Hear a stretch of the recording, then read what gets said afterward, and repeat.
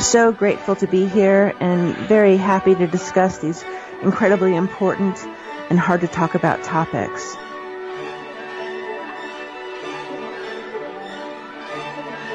He has an incredible backbone and staggering moral fiber. Howie is totally committed, completely ethical, totally admirable. No pressure if you can hear this, but honestly, Howie's a hero to me.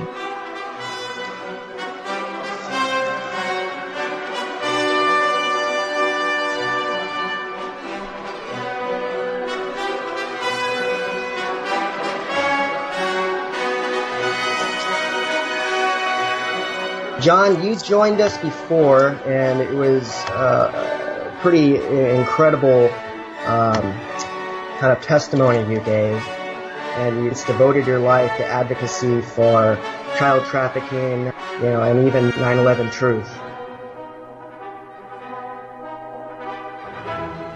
Maybe you could explain to us, in the last decade, what do you think the most challenging parts of coming alive on some of these issues have been?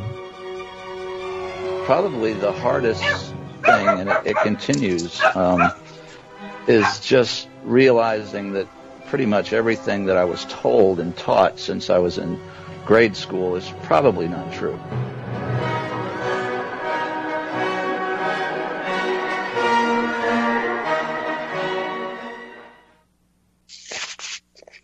Good evening and welcome to the Traffic Report.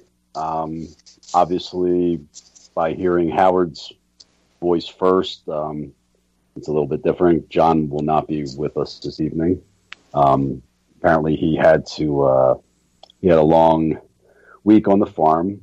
So, and of course, Catherine is here. Hi, Catherine. Evening, Howard. Evening, John. Hope you're getting some rest. Yeah, I'm sure he stayed up listening. But, well, I mean, when John and I decided that, we really wanted a third person on the show too, it was also, for times like this and, to sure. spell out, in case. So, and it works out perfect because I can't do a show. I mean, I think I've done two by myself. I've definitely done one. I think I've done two, and it's really difficult. It's difficult to talk for an hour, and getting no feedback. I have no idea how people do it. So how are you? I'm good.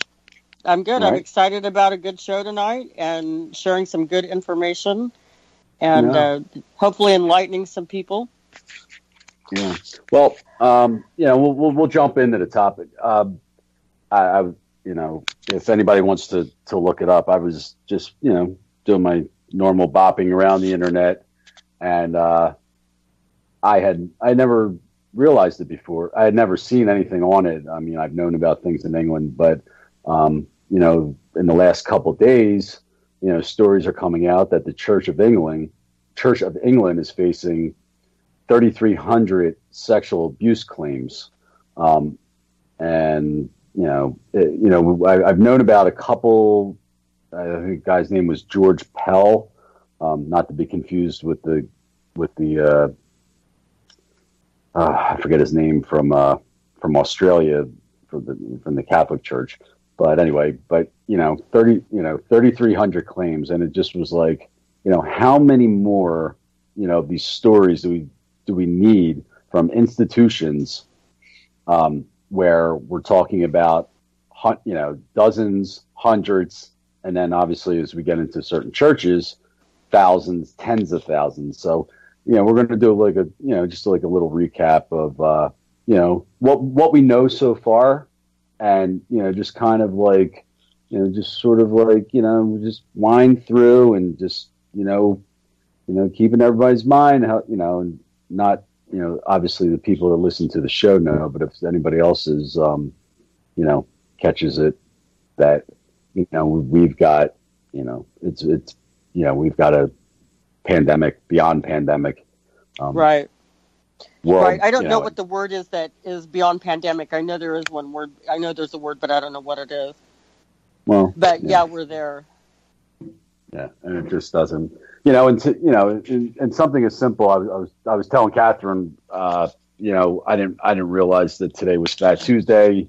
Of course, I get up and see what's going on Twitter, and Fat Tuesday's there, and it just in my head I'm thinking to myself, everyone, it just, I'm not saying that people can't go out and have a good time and stuff, but I feel like. Fat Tuesday is pretty radical. It's pretty radical. Well, I'm not picking on Fat Tuesday or Mardi Gras or anything. Yes, people are entitled to have a good time, but we have, we have serious problems in this country, and we can get people together for,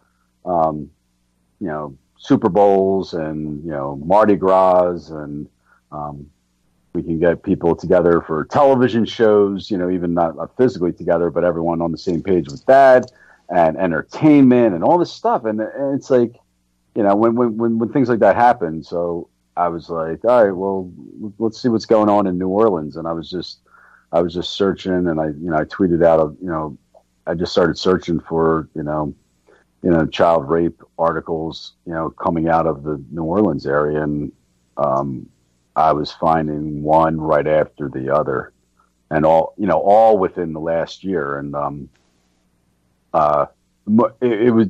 I mean, I didn't get through them all, but and there's I guess the New Orleans website is NOLA.com, and NOLA.com did a lot of reporting on it. So I if anyone gets to my feed or anything, NOLA.com, huh? Yeah, NOLA. Interesting. Yeah. And, so, I mean, that was, so my tweet was basically like, I hope I don't, ruin anyone's Fat Tuesday, but, I hope this article doesn't ruin anyone's Fat Tuesday. And then, I like do shit like that. And but, aside from what we're going to talk about tonight, I think, another, just like New Orleans might, I don't know if there's something in the water there, or, I was also thinking like, wow, like Mardi Gras, got potential for sex trafficking and sex trafficking of minors. Sure. So that's the way my mind works these days. If I it's Mardi Gras, okay. And believe me, tomorrow being Ash Wednesday, the Catholic Church is on notice. Well, the Catholic Church and the Church of England. How are you? I mean, what's going on? What's going on in your world? What's going on in your Twitter world, your Twitter sphere? Mostly politics, really, mostly politics. Yeah. So, just waiting for everything to come out and waiting for the first arrest. That's what I'm waiting for, is the first arrest of a big name, but. Anyway, well, I was doing some research about tonight's show, and I actually looked up statistics, and you'll find when you look up statistics that it says there it's really difficult to find statistics for childhood sexual abuse. Sure is. Sure is. Honestly, we want to provoke people to think here, and I want to ask people, why would that be? Why would it be that it's difficult to find statistics for childhood sexual abuse? Well, why don't we have national statistics? Why isn't the I don't know exactly who would be in charge of that, but I would assume the Department of Justice would have, statistics on, it's a crime, so we should have, crime statistics. Well, right? What I did find was in 2010, and this comes from the National Center for Victims of Crime, and it's not even a government organization. When you go and search for the statistics, you don't even find a .gov anywhere on the first page of a search. I didn't go to the second page today, but anyway, according to David Finkelhor, Director of Crimes Against Children Research Center. And I actually want to go back. I want to go look and find out who this Finkelhor guy is, because as we've noticed from the Hillary Clinton Podesta Pizzagate situation that they have key people in key places, and directors of the Crimes Against Children Research Center would probably be a good spot for Hillary Clinton to put one of her key people. But anyway, the statistic from them was 1 in 5 girls, 1 in 20 boys. And this is from the ages of 14 to 18. They're not, in this particular study, they weren't talking about anything prior to 14 years of age. So 20% of adult females recall a childhood sexual assault. 20% of adult females recall a childhood sexual assault. And as for males, it's 5 to 10% that recall. But I mean, I don't know how reliable these statistics are. We know that statistics are they're subject to the people who gather the statistics. Sure. However, they're a measuring stick. That's all they are. And I love statistics. I'm a statistic person. But well, then at some point we're going to have to put pressure on put pressure on the government to start looking into this, and hopefully as we go forward, we'll get accurate statistics, and we'll have these, because they don't want these statistics to be known. There was a story. It was actually on the Philadelphia local news, and there was a case where it was a daycare center, and daycare centers also need to be way looked into. But it was a daycare center operator, and he was actually from England. I don't know. I didn't follow up with the story, and he was arrested for sexually abusing two 5-year-olds, and they didn't get into too many details or whatever. Well, about a week later, the local news, the story pops up that each month in Philadelphia, there are 250 reported cases of child sex abuse. And it was right on the news. That was every month. Yeah, every month. 250 in your city. In Philadelphia. I tweeted out the clip, the story a bunch of times. And I'm thinking to myself, well, 250 times 12 months, that's 3,500, 30 help my math here. Almost 3,000, 3,000 a year just in Philadelphia proper. So, and that's reported. And I'm like, and they just said it as like right there. That's let's emphasize the reported part, please. Right, exactly.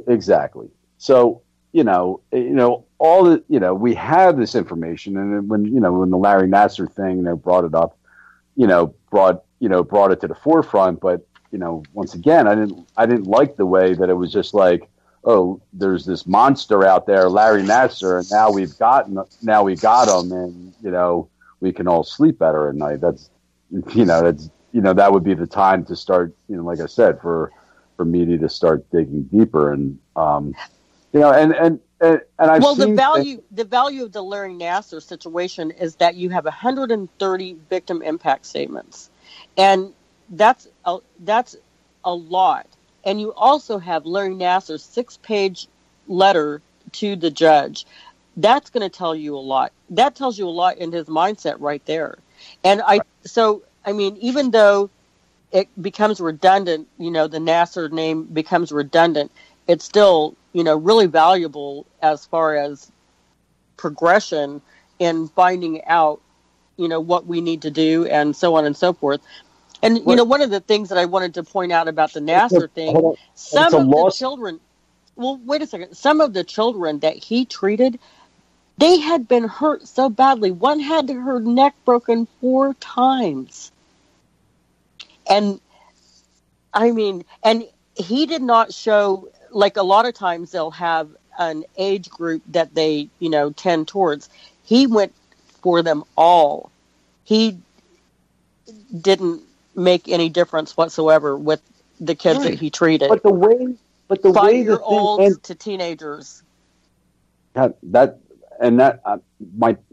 point for the whole thing is that they drive the attention on this one guy, and right, everybody, and the trial, and even though the judge was great, and everyone, and the father attacks him in the courtroom, and by the time you get done, it's like, everyone's forgetting, like, wait a second, we're talking about Michigan State University and USA Gymnastics knew about this shit.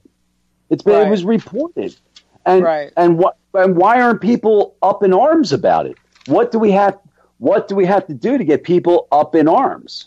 Well, it doesn't have to be finished yet, and we can continue on with this and put pressure. But, it's one organization out of how many, and we just have to keep after them all. Wherever there are children, we've already, established, wherever there are children, that's where you need to put the pressure on to protect them. Right. But you know me well enough, and I'm all about bringing more people into the fold, and it's that, we need X amount of people, to really, affect change. And, a lot of people know Larry. Some people, I don't know how many people followed the story. I mean, if it got a lot of attention, but most people, casual observers to the thing, were not making a connection. It's like, wait a second, this guy was like the USA Gymnastics doctor, and he was the doctor at Michigan State. Their minds don't go and say, well, geez, didn't someone at Michigan State know? Didn't somebody in USA Gymnastics know? Like, this guy, existed in a vacuum, and nobody else would have any idea this is going on. And it came like a flash, and it left like a flash, and it was out there, from the Indy Star since 2016. So, we're not doing, I've said it all along, we're not doing a good enough job we do a tremendous job of talking to ourselves, but we don't do a good enough job of like reaching, middle, just average Americans who are not paying attention to this. And we need new ways of doing that to get them thinking about it, and a lot of people don't want to think about it, but we have to. You and I have talked about this, Howard. Prior to Pizzagate happening, the conversation about childhood sexual abuse was very dim. There were very few voices, on the internet talking about it. And so then Pizzagate happened, and it's opened the eyes of a lot of people. And so that's a good thing, and we're going to run with it. And we're going to run with the Nassar thing, too, and continue on with the rest of it, because we need to protect our kids. We need to protect them.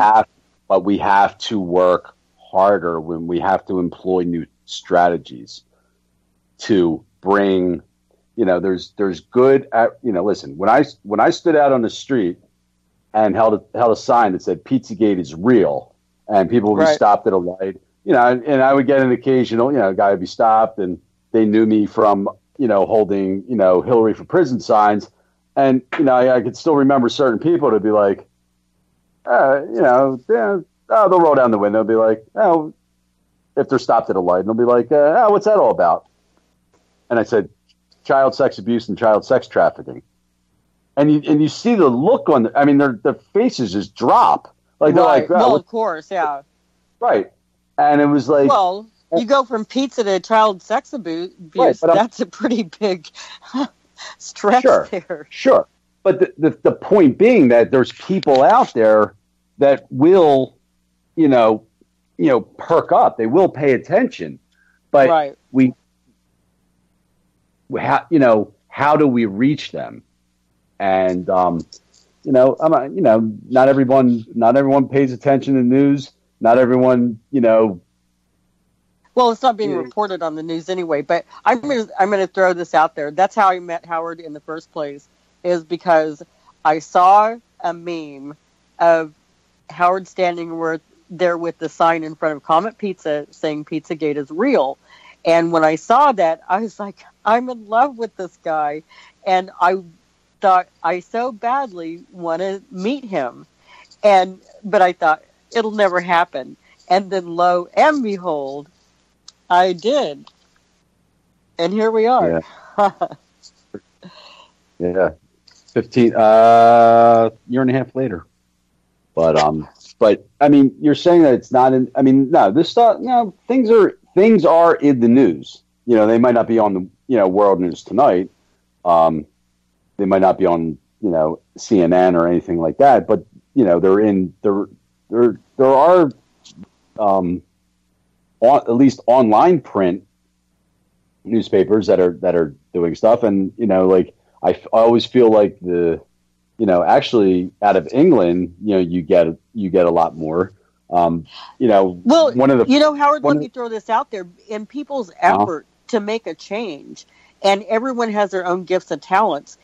I did a research on childhood sexual abuse and sports, and the first thing that popped up was blogs. So people that wrote blogs about it was the first, on the first page of a search. That's important. That's big, So in encouraging people to do something, to find their own gift, they can, do a blog. But what I'm saying, in every English news, in every British newspaper, there's the story of the Church of England facing 3,300 sexual abuse claims. Okay. That is February 10th. I'm looking at The Guardian right now, February 10th, 2018. This is 3 days ago. And they have this, and they're looking at it, and they have, the government is involved, and, it's the same exact thing with the Catholic Church. The government is involved? The government is involved in looking into this, yes. Oh, involved in looking into it. Oh. Yeah. In the response. Let me tell you, England, everything that they get when it comes to childhood sexual abuse, they lose it. So, and it's the truth. You look and see, they lose everything. On their national inquiry, the childhood sexual abuse national inquiry, they lost everything. All of the information that, the testimonies of the victims and stuff, they lost it. Well, anyway, either way, this is just the latest in massive. 3,300 claims. It's a massive story, right? Okay, and it's out there, and it's up to people to take a look. And okay, back in December in Australia, are you familiar with the Australian Commission? I don't know if we had talked about this. And, no. Yeah. No, I missed that. I was off of. I did not catch that. I missed that. Go ahead. Yeah, and this was like another wow. I mean, they did a 5-year. Or I'm sorry. I have the article in front of me. I believe it was 5 years. They put together a royal commission on institutional sex abuse in Australia. And I'll give you the statistics right here. The inquiry ran for 5 years and held 444 days of public hearings. It delivered a 17-volume final report to the Governor General. It heard evidence related to 3,489 institutions and heard from 8,000 witnesses in private sessions. Okay, they interviewed 8,000 victims/survivors. Okay, right, over 5 years. Okay, yeah, over 5 years, they spent $500 million. Now, this is something like this is out there. This is not conspiracy. This is Australia. Okay, and yeah, and they found that most survivors 63% were male. 93.8% overall were abused by a male. The average age of victim when first abused was 10.4 years. Of those and they did all institutions, but of those abused in religious institutions, 61% were in a Catholic institution, almost 15% were in Anglican, 7.2 were in Salvation Army, and the rest were in various denominations. Right. And it goes on. So you can find the Australian Commission report, in lots of different publications. But it's like, I mean, they interviewed 8,000. They said there's tens and tens of thousands of victims, and I don't know how far they went back. And right. They found it important enough. Australia found it important enough to say, okay, we're going to do something about this. And it started, obviously 5 years ago. I mean, think about something like that in the United States. That impresses me. But, what are they going to do with it now? That's, Catherine, this is a massive story. It's massive, massive. And it shows institutional abuse in all aspects of this country. Right. So it's a good test market, really. Right. And how many people in the United States know about something like that?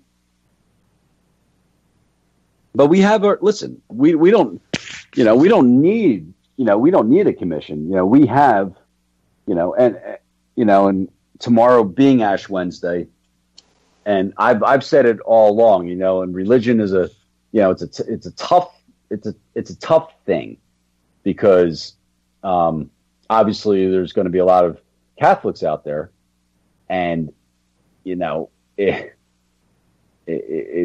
a little dicey how you approach it. But I believe in all of this, in Pedogate, that the Catholic Church has been given. To me, it's been given the biggest pass that anyone can be given. I rarely see anything, and to this day, there are still priests being arrested in every country. South America. Oh man. Well, I don't want to pick on the Catholics or anything like that, but why? Why? Can we pick on the church? Can I? What I was going to say, Howard, is that the reason is that the Catholic Church, their priests have access to children on a regular basis. With the candle bearers and the different, rituals. I don't know what the kids in the Catholic Church do. I just know that they're involved. And so the priests have access to them on a regular basis. And that's, something that their church does.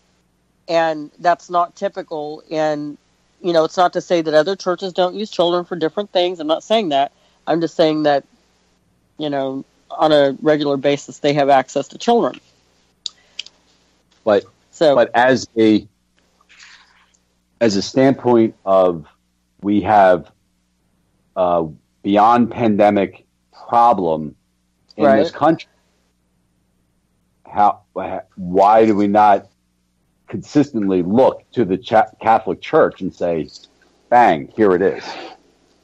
Here's our example, and then work our way down. The numbers are staggering. They have spent $4 billion on this, Catherine. $4 billion. I mean, the number of victims. What's the $4 billion number? That is how much it is. The payouts, the lawyering up. Okay. Yeah, that's what it has cost. And okay, is that for just payouts to victims, or is that what it's cost the Catholic Church because of the victims? In actual settlements and lawyer fees and everything that goes along with all legal. They do keep a tally on that, and it's probably 80% of that is attorney's fees. I have no idea. They didn't break it down like that. Well, but we know that there are at least tens of thousands of victims in every country that the church exists. Right.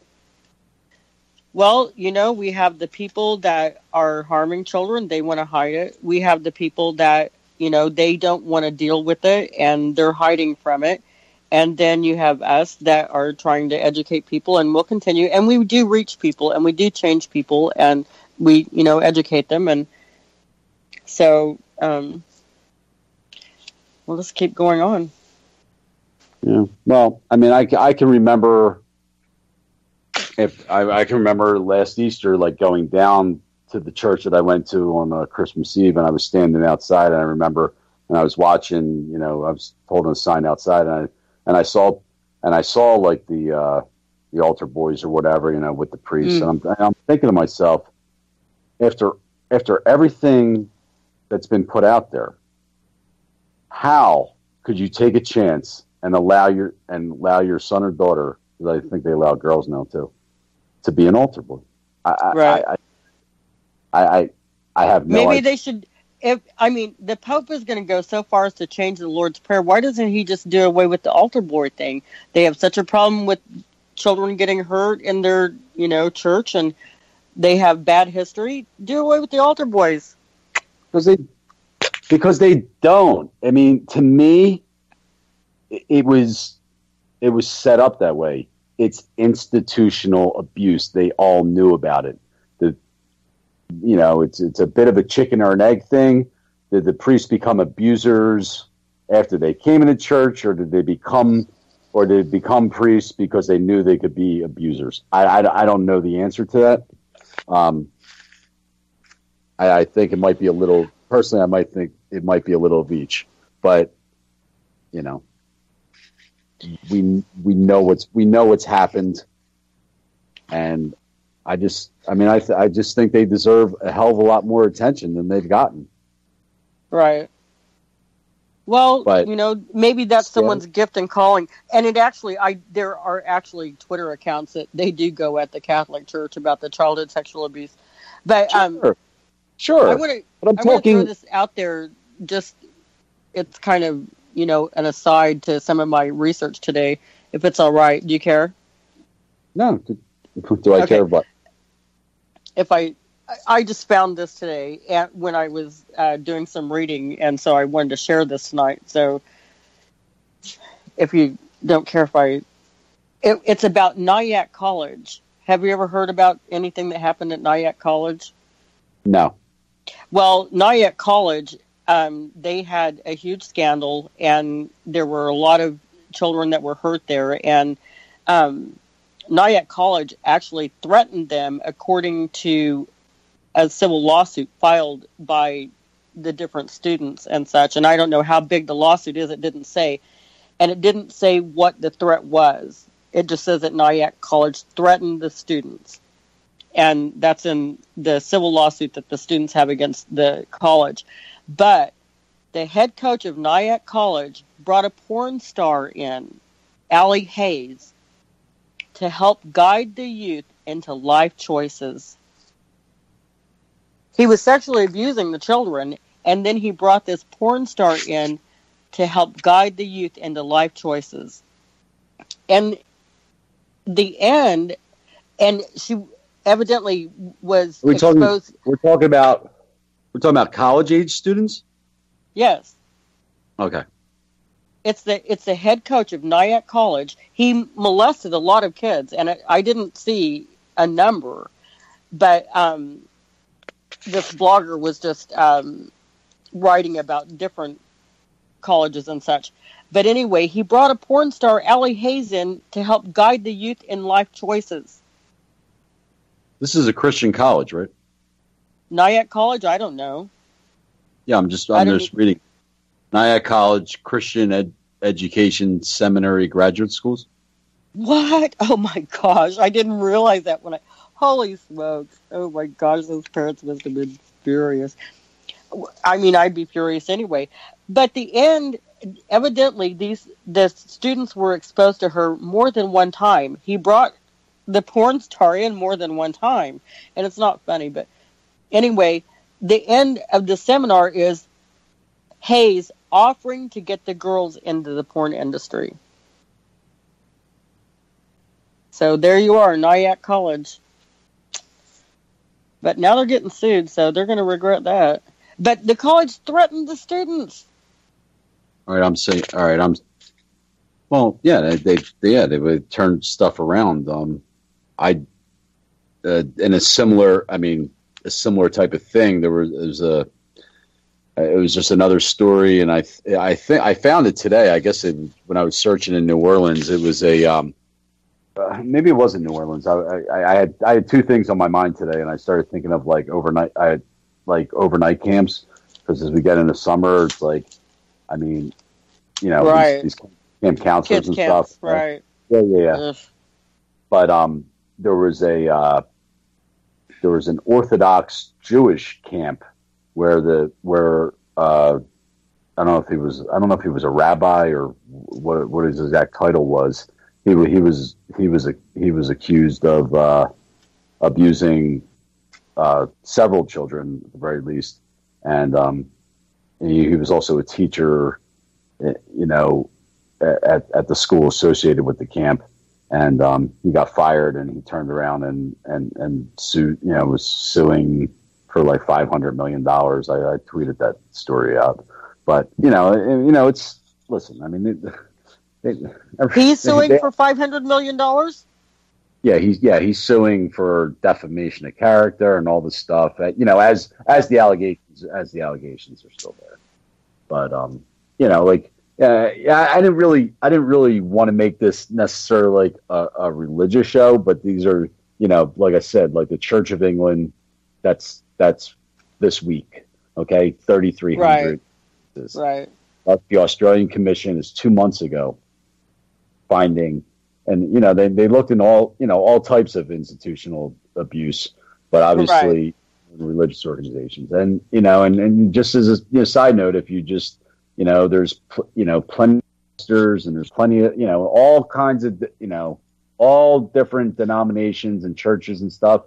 And and one of my theories, my personal theories, is that a lot of these newer churches are havens for not just abuse, but for trafficking. And if you want, if you want to hide money, what better way to do it than in a business that nobody's allowed to look at their books. Right. Oh, they can look at their books. They can look at their books. Sure, they can. Who looks at their books? They the file government. no tax? They can. Huh? They could, but they don't. They don't file any forms. Sure, they do. They have to do their non-exempt status and stuff like that. Sure, they do. They have to file papers, but you're right. I mean, they could use, especially a church, a non-exempt status, and they don't have any problem being a predator in every form and fashion. So, yeah, they'll definitely be all over that. Well, one of the things when I was, reading around at the different things, and I like to read the comment sections of articles because it kind of gives you a flavor of what people are thinking and saying. But, and this was in the comment section of the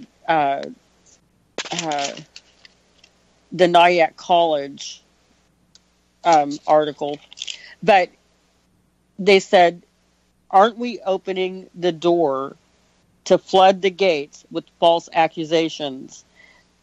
Because, different ones come forward, and then, it gives courage for others to come forward. And basically what this person was saying is that, someone will make a false allegation, and then 7 others will jump on board with false allegations.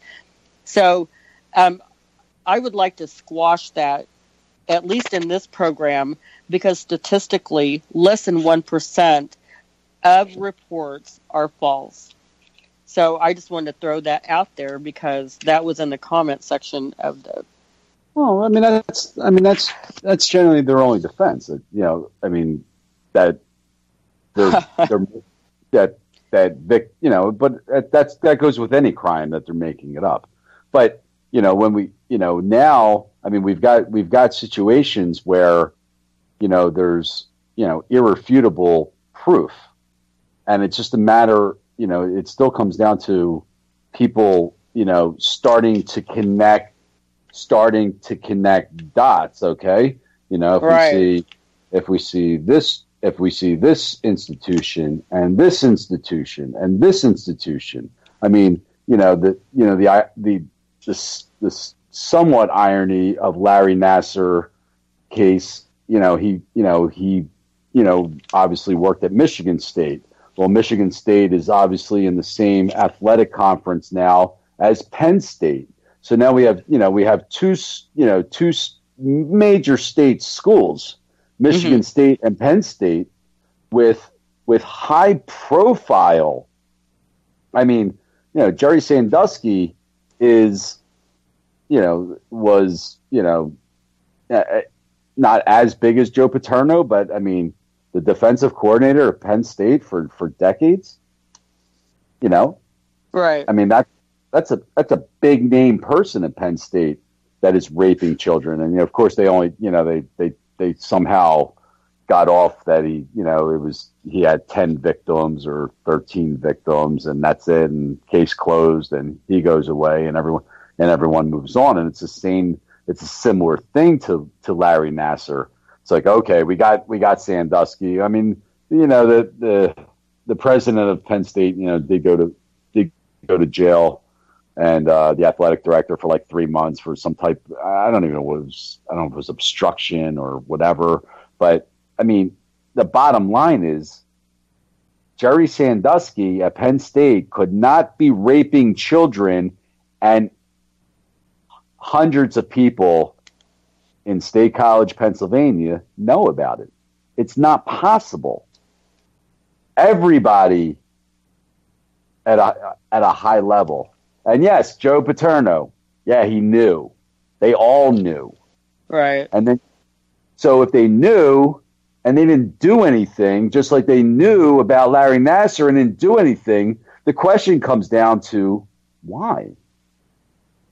Because Larry Nassar was the greatest doctor that ever lived?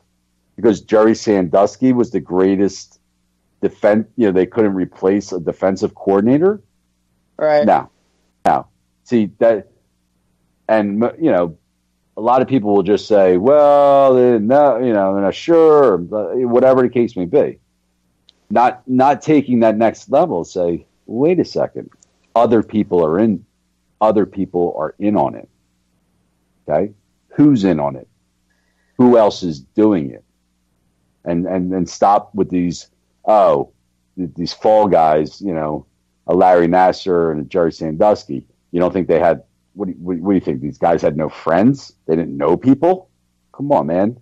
And they didn't know other pedophiles?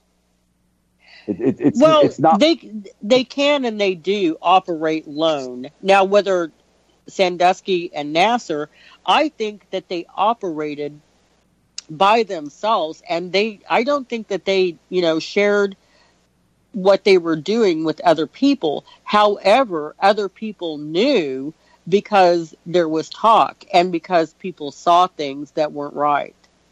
Well, you can say that they didn't share and that they weren't part of anything else, but maybe online.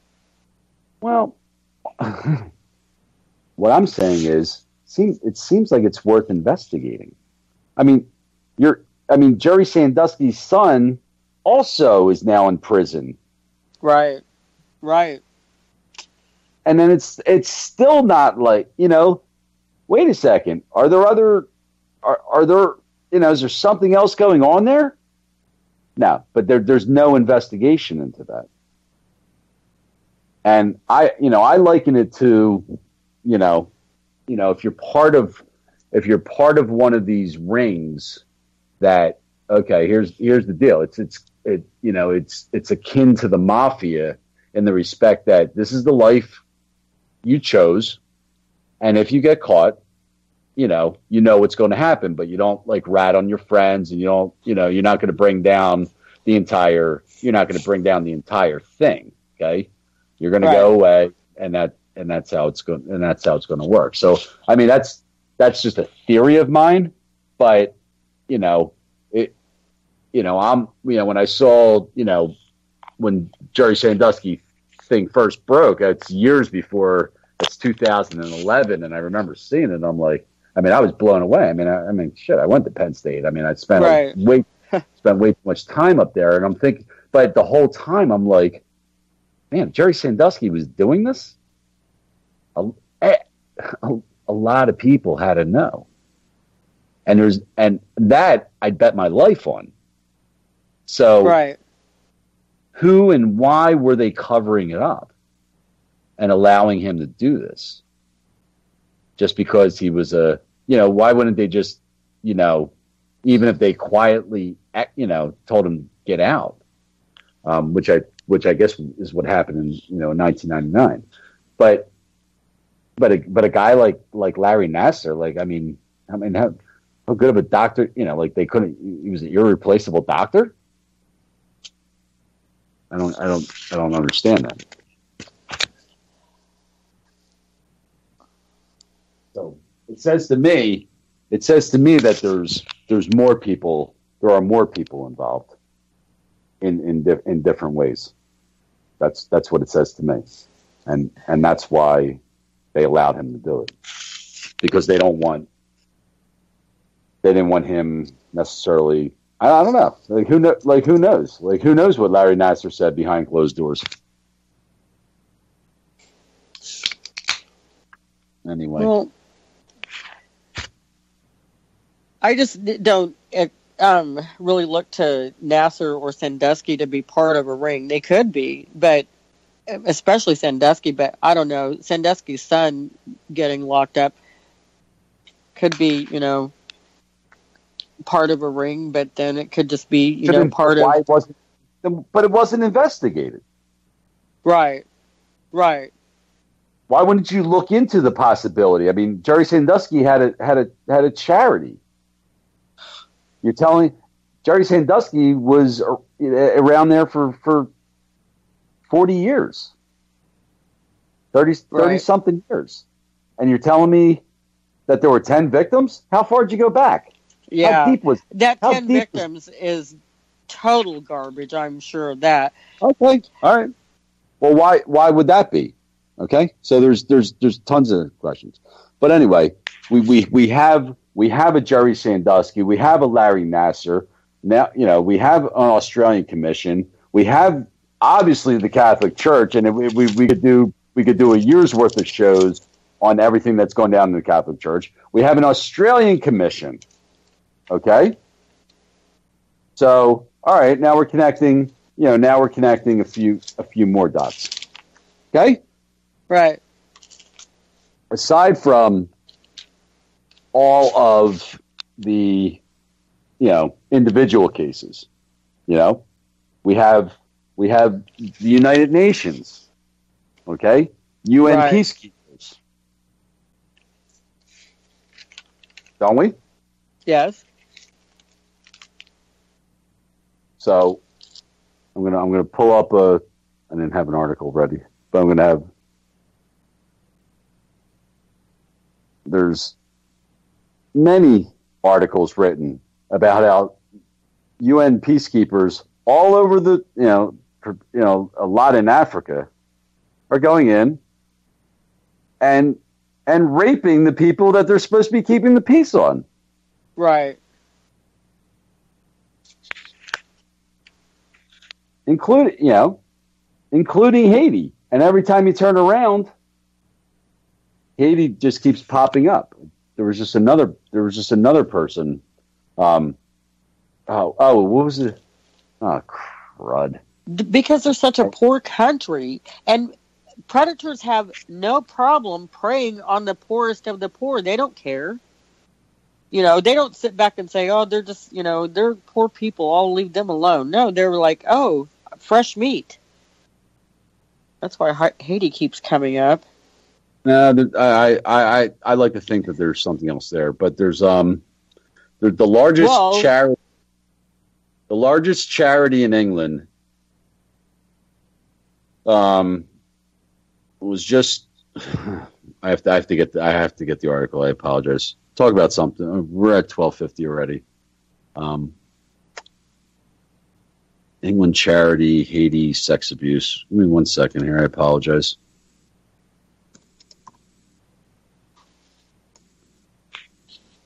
Oxfam. All right, there it is. Okay. Uh-huh. I've never heard of this. That's the name of the organization. It's actually a charity. It's the largest. It's the largest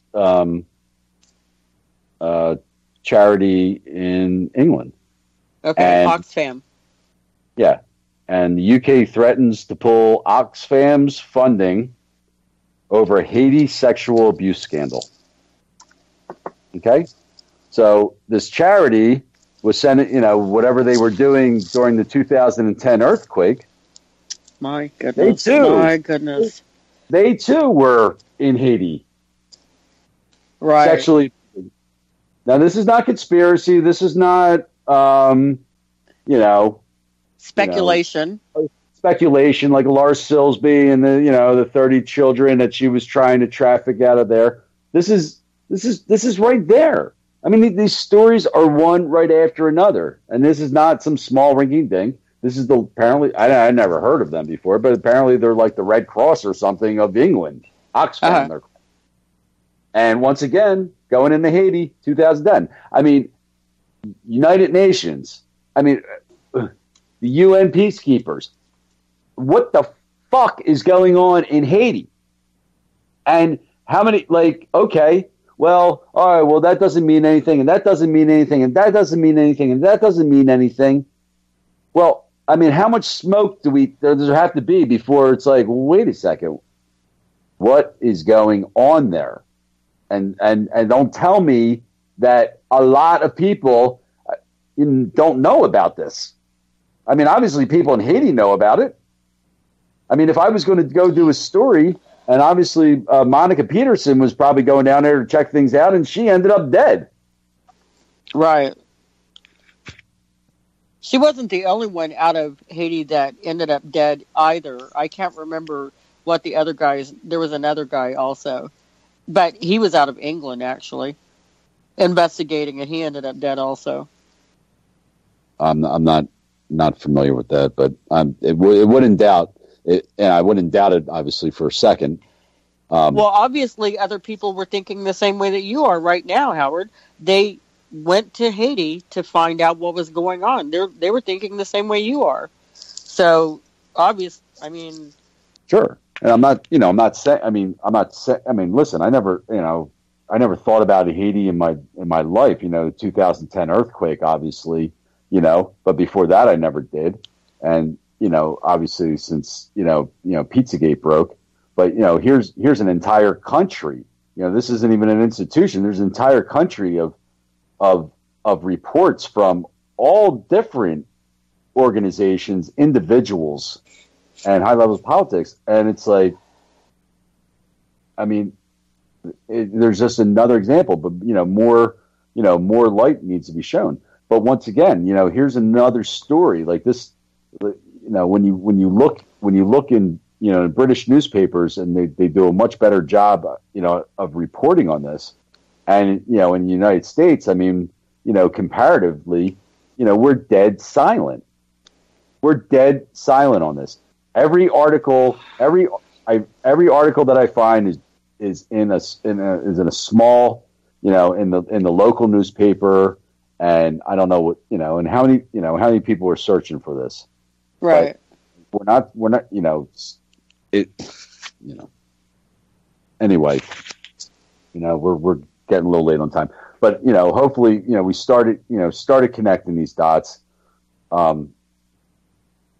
England, Australia, branching over. Obviously, what we've talked about in the last couple of weeks. Larry Nassar, bringing, and then once again, bringing back up Jerry Sandusky type case. We've talked about USA swimming, so we have like Olympics, and, we'll continue this on Thursday as we go into, more institutions, more organizations, but it's like what we have. And it's like, to say that, if you're saying like, if they're saying 1 in 20, to say that 1 in 4 children, 1 in 4 girls and 1 in, 6 boys, and those are statistics that I've seen, and I'll stick to them. Right. That because they are more accurate. Right. And obviously, and we'll never know the exact number, but 1 in 4 and 1 in 6, before they're 18 are being sexually abused. It's obviously not any type of stretch to think that. Well, basically, it is a very grim report for our children. Our children are in danger. So hopefully people will feel provoked to do their own research and do their own protesting. Call your representatives. Call your representatives. And, but just like now they're putting a new law on the books for, Olympics and childhood sexual abuse. I don't know how it reads or anything like that. But, now they wrote a law about this. They're going to law themselves to death. If they don't enforce it, it's not going to make any difference. And if they cover things up, it's not going to make any difference. And there's a lot of cover-up going on, isn't there, Howard? They did the same thing. I forget what prompted it. I wish I did. But I think it might have been from, I don't know if it was a Boy Scouts thing or no, I don't remember. But they did a very similar thing after another high profile case that there was like supposed to be like mandatory reporting, and it's like, that's just all. That's just a dog and pony show, by the House of Representatives. I mean, listen, anybody in high in that's it's an appeasement, and it's an appeasement, right, and it's a pat absolutely. On the head to the victims, because as long as they're covering things up and not following through, and obviously there's a lot of things getting covered up. Doctors, that are dealing with our Olympic children.